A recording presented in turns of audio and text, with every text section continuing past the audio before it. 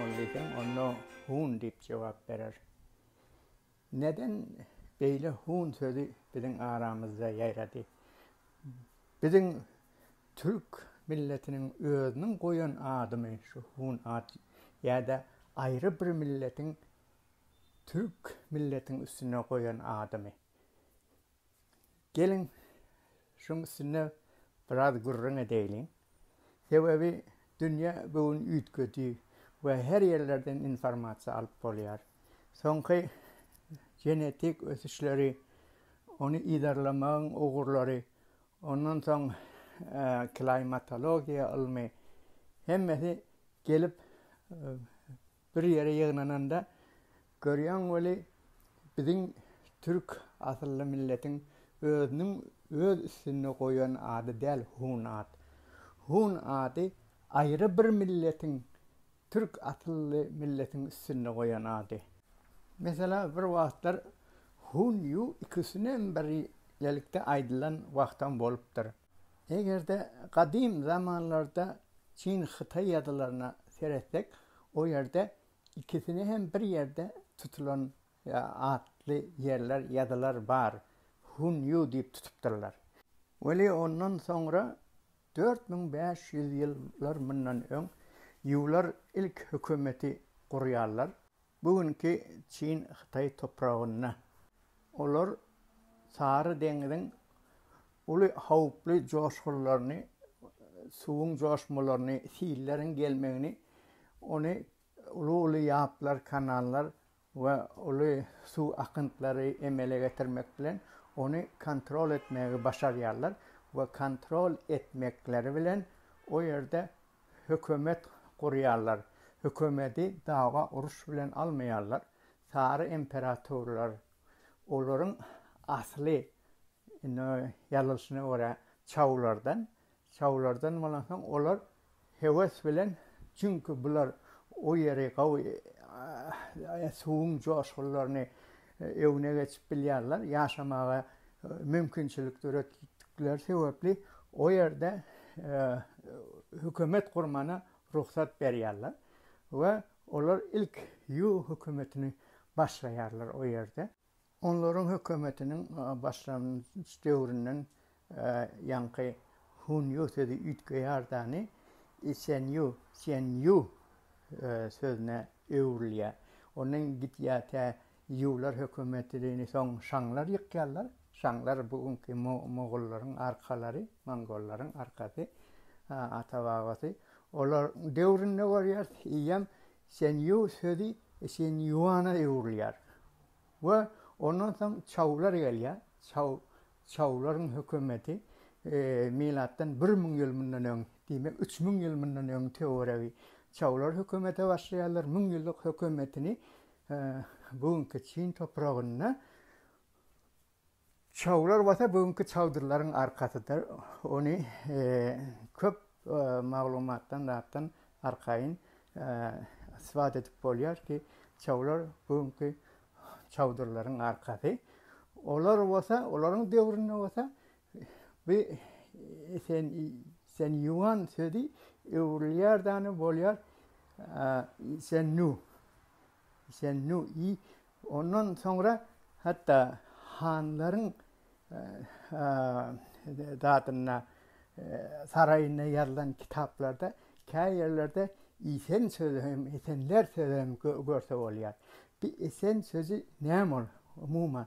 Ondan sonra esen nu sözü tek ya milattan 200 yıl sonra den bundan 1800 yıl bundan öne den sen nu sözü duruyor te ondan son kadimi Xitay yazılarına 1800 yıldan beri yazılanlarda yine de hun sözü görmek oluyor. İlki bilen bu sözü bir Xitay taciri öz işteşine Samarkand'daki işteşine yazıyor. Şu hat yazıyor. Onu öz işini vaziften yerine getirip bilmediğinin sebebini diye hunlar geldiler. Bugünkü Beijing'e o tarafını yıktılar, dargattılar ve Avrupa taraf gittiler. Oğlum bu topulup tarafını alma ve eden hatlarının üstünde biz hiç öz bitirmeli vazifelerimizi, işlerimizi bitirip bilmedik deyip hat yazıyor. İlki bilen şu yerden görüyorsun hun sözünü. Onun sonra bu neçelli tamamen 15 yıl bundan önceden hun sözü madama devam ediyor. Batı Avrupa yazılarından biz dine hun sözü alıyor. Veli 15 yıl ortaça bundan önceden başlayıp Batı'da hun sözünün yerini yamnaya sözü dinden kullanılıyor ve onun yerini alıp barıyor. Hun yazısını inneken görülmüyor. Onun yerine yamnaya sözü dinden yazılıyor ve sözleniliyor ve kullanılıyor ve köp YouTube yazılarda tane yamnaya diysek yazsanız onu görebilirsiniz. Ne kadar yamnayan üstünde gurrun bitiyor. Bugünkü bize düşen vazife olsa bu zatları başka halklara, batıya, doğuya getirmeni özümüz hem çözecek olmalı.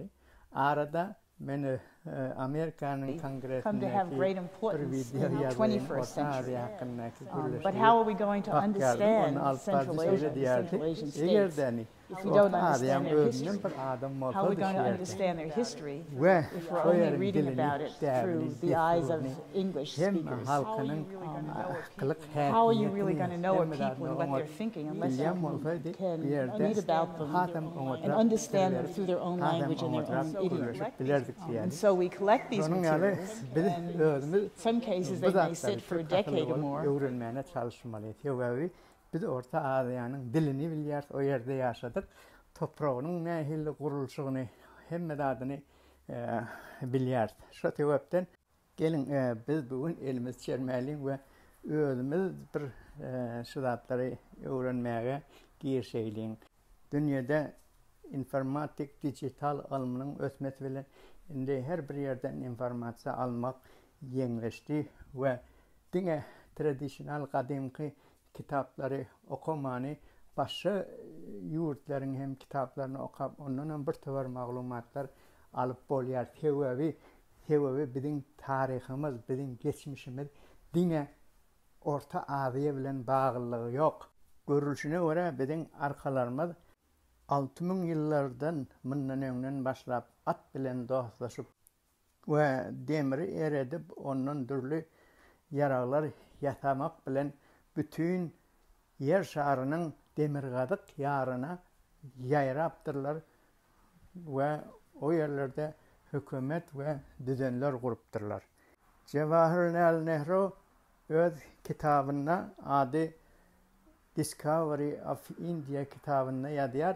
Orta Asya'dan 6000 yılından önce bugünkü Hindistan'a ilk hükümetleri kurdular deyip yazıyor. Onda bu hun sözü bugünkü Hindi, Tacik, Fars, Paştun dillerindeki hun sözü bilen ya hun sözü bilen bir bağlantısı vardır mı?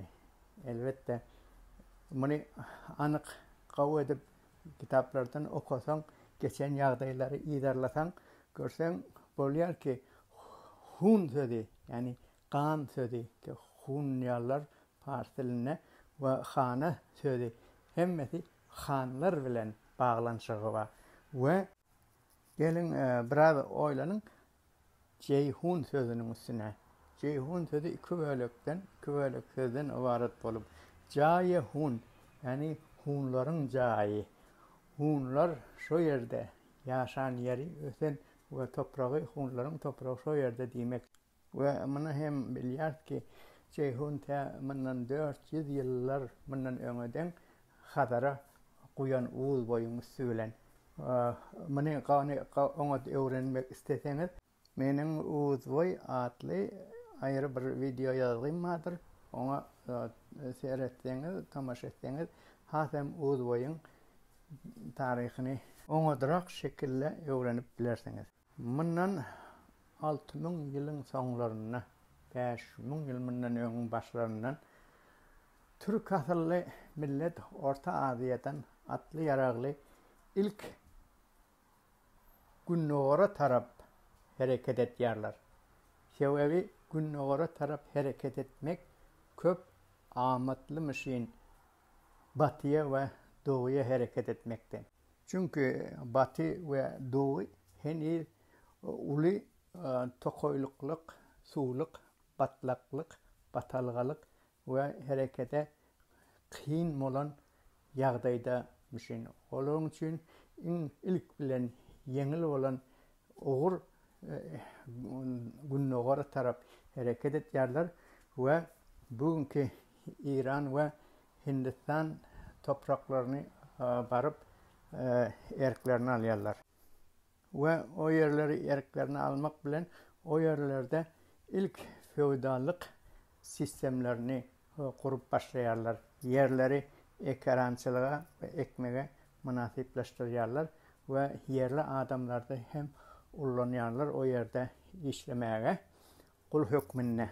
Şonun için bizim Türkmen diline kul iyi ve kırnak sözi katı giyinden yayrandır. Ol bizim tarihimiz bilen yakından bağlanşığı vardır ve bize onu doğrultucul öğrenmek gerektir. Elbette Orta Asya'dan baş tutarlık edip gelen hanlar o yerin toprak milletin iyisi olýarlar ve o yerde her bir zady erkine alıp töreçilik kanun düzenini kurýarlar. Töre düzeni kadimden öňden Orta Asya'da kurulan düzgün bolmagy bilen soň göçmekleri bilen o göçen yerlerin nedeni şu düzenleri ýöretýärler. Düzenleri ýöretmek bilen o ýerdäki halkyň eýeleri bolýarlar. Bir söze Feredin hünkârım diyen bir söz vardır. Dimek ne?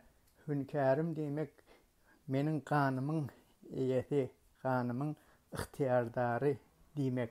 O döwürde däni eýle bolan baryp däni Hindi asylly milletleri İran'ın Alborz dağlarının Türkmen sahrany yakalap duran beýik Alborz dağlarının ilerisindäki halklary, zatlary alalarına o ýerde düzen döretýärler we o milletin ihtiyarlısı bolýarlar. Şonuň üçin hem hanlar düzeni ýerine ýetirmek üçin olaryň eýesi we olaryň kanynyň erklisi bolýarlar. Şonuň üçin hun sözi han sözünden gelip çykýar.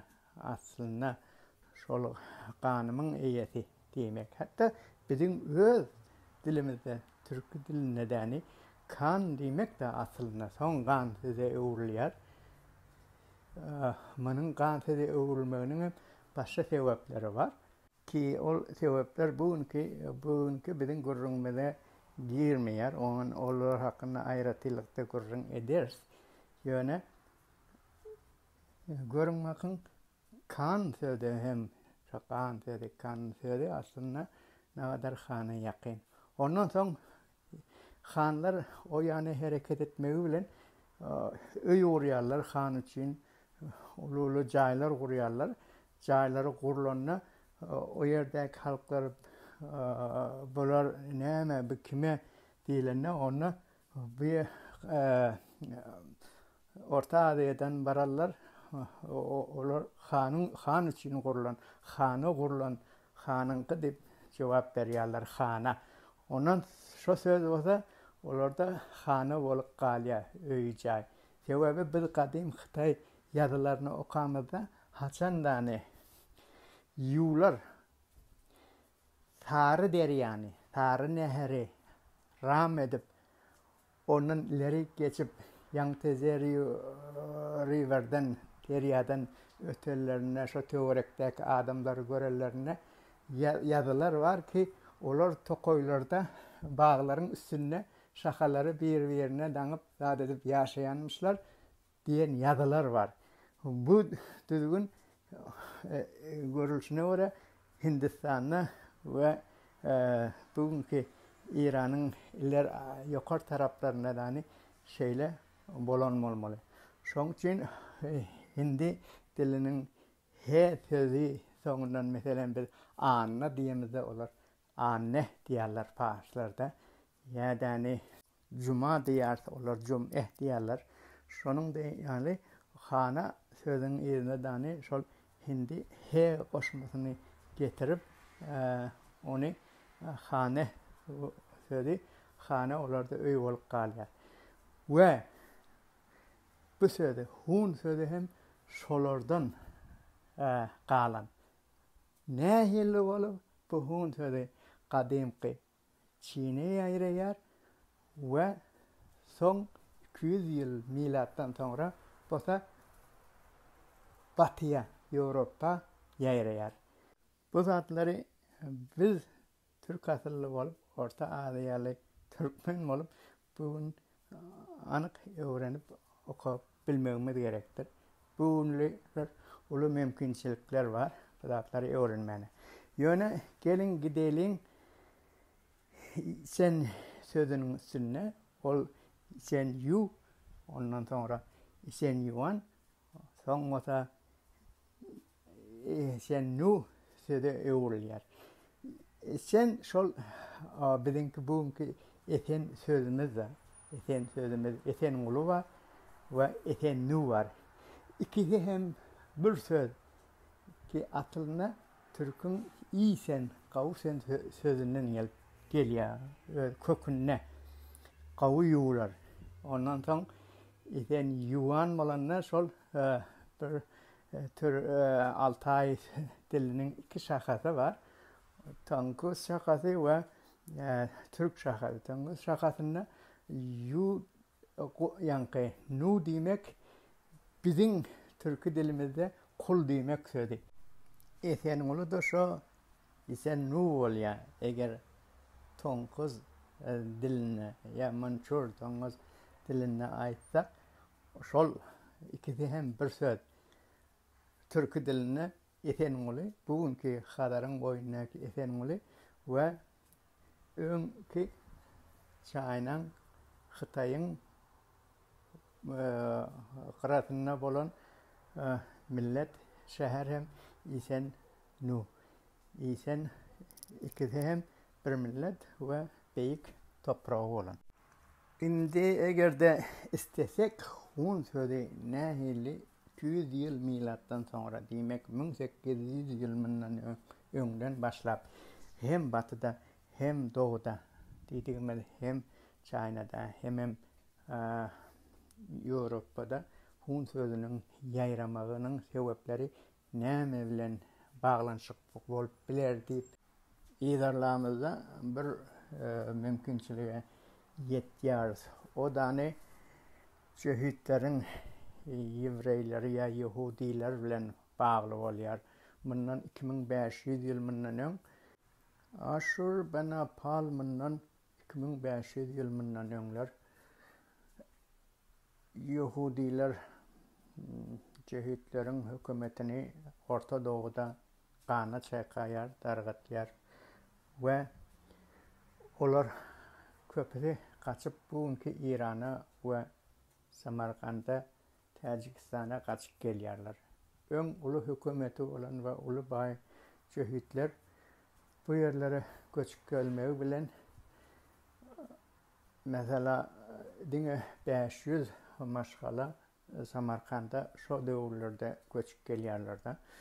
Göçüp gelmeyi bilen son Han imparatorluğunun devrine ulu yüpek yola koyarlar. Yüpek yol ticaretini yola koyarlar. Yola koymak bilen olur çünkü İran Tacik topraklarına Paşturlar topraklarına bolantanlar o yerin sözünü köp kullanıyorlar ve Avrupa giderlerin nedeni şol aytyan hun sözünü aytıyorlar. Şu sebepten hem Avrupa'da hem Xitay'daki sevdat tarafları onlar yazılarına bunlara kav düşünüklü olar yani bunlar hun diye deyip hun yazılarını kullanıyorlar. Hun yazı gidiyor hem batıda hem zaten yankı hem doğuda. Yani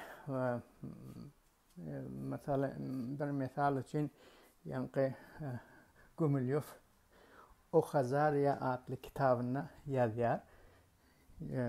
Cöhütler mümkünçülüğü ve İpek yolu ticareti diye şolun eline de ve ulu mali mümkünçülükleri vardı. Ve tutuş İpek yolunun ticareti, sevdası şolun eline de diyer. Hop görün, şolun eline olanlar olur. Şol asıl yaşayan toprakların neki, şu yere sığınan toprakların neki aydılyan sözü hem Avrupa'da hem kadimi Xitay'da milattan sonra yayratyanlar ve hun sözü yu sözünden köprülanılıyor.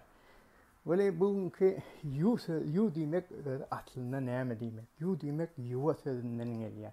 Yuva, öy, ilki öy kurarlar, yuva kurarlar. Ol hem Orta Asya'nın kadimki tarihi ile bağlılığı var. Sebebi klimatologiya ilimlerini bağlap görenler, idarlarına. Orta Asya bundan 6000, 7000, 8000 yıllar bundan bugünkü Avrupa yana güzel bir topraklar olan hasıllı, önümlü, sulu topraklar. Böyle 6000 yıl bundan hem medat ütköyer ve ulu çöllükleri emele gelmeye başlayar. Atlantik denizden başlayar. 13.000 kilometre İran'ın doğu tarafından aylanıp Orta Asya olan Kadar'ın yukarı tarafından varıp Xitay'a yankı yuva şakyana taraf yakınlaşıp devam eden bir çöllük emele gelirdi. Onun sebebi bugünkü bizim kurulmada girin yok. Yani bir kıskaç aydanlar yer şarındaki suğun ütkömeli, suların göçmesi ve suların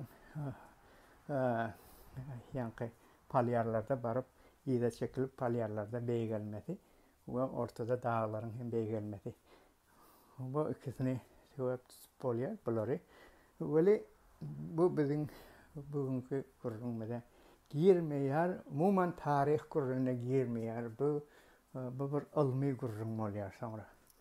Böyle bizim tarihi değişli kurulumuzda biz bunları öğrenmeliyiz. Yani çavlar, şanlar ve yular. Bunlar kimler? Bunların tarihi kavu idarlar, taşar yurtların alaytatani, Xitay, Çin yazılarını idarlarını bunların üçüsen bir doğan. Eğer de genetik ilminden idarlarına QM3 geni var. Ol Orta Asya'dan Kadar'ın doğu tarafından doğu taraf Xitay, bugünkü Mongol ve hatta bugünkü Amerika'nın asıl aboriginal, asıl adamlarına da şu gen var. Y kromosomun bir geni ki onlarda da var. Şu sebepten değiller ki onların aslı şu Orta Asya'dandır deyip zadediler, gümentirler. Ahmet Begmurat Fakir bir Amerikanı kim açtı diyen bir ilmi makalesinde Amerikanı ilk bilen Türkmenler açtı diye. Şol hakikaten cin iyidirliğini idarlarına bugünkü Latin Amerika'da ve gayraki yani demirgadık Amerika'daki aboriginal adamların hemmetinde şu QM3 geni var. Hop, inniki yadlarımızda biz anık Türk asıllı milletin kadimi Xitay'da yayrayışı onu idarlar ve onlardan video yazılar ederiz. Yani umuman aydanlar sakavlar var. Hop, ol sakallar diyorlar da, ol aslında bizim Türk dilimizde sakavlar. Yani adamın kavu geplep, sakınık geplenmesiyle bağlı, onun sebepleri dilası sütle bağlı. Biz bu kurumların içine bugün girebilmez. Bunun öğeleri, bunların öğeleri bir ayrı olakan kurum, bir video yazılar etmeli. Yani sakalardan sonra ondan son geliyor tarmatlar.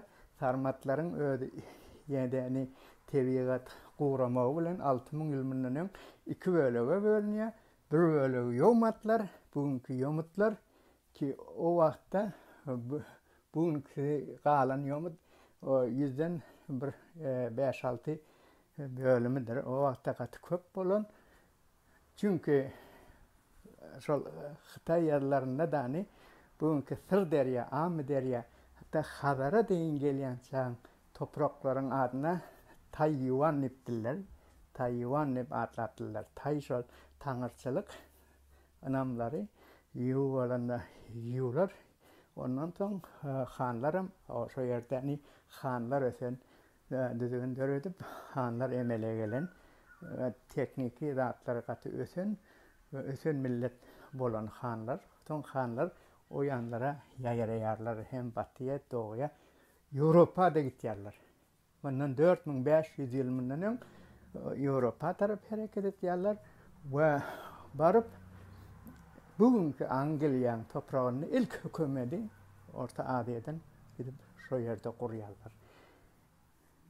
Siz beni köp bu atlan yerler var ve website'ler var ki diyorlar bundan 4500 yılından gelip Orta Asya'dan Avrupa'da kırgınçılık ediptiler. Holocaust'ın ilk ulusu şu vakit bolup durdik. Veli hemmetinin vay kromosomu iderler. Hem de geliyor Orta Asya. O hakkında ön video yadırları ettik. İnniki bizim etcek video yadırlarını görür ki nehirli şanların aslı, yuların aslı, şavların aslı bir oluyor ve bunlar nehirli tebiat mükemmelliği ayrı yürüyüşlerden ayrı millete bölünüyorlar. Çok sağ olun.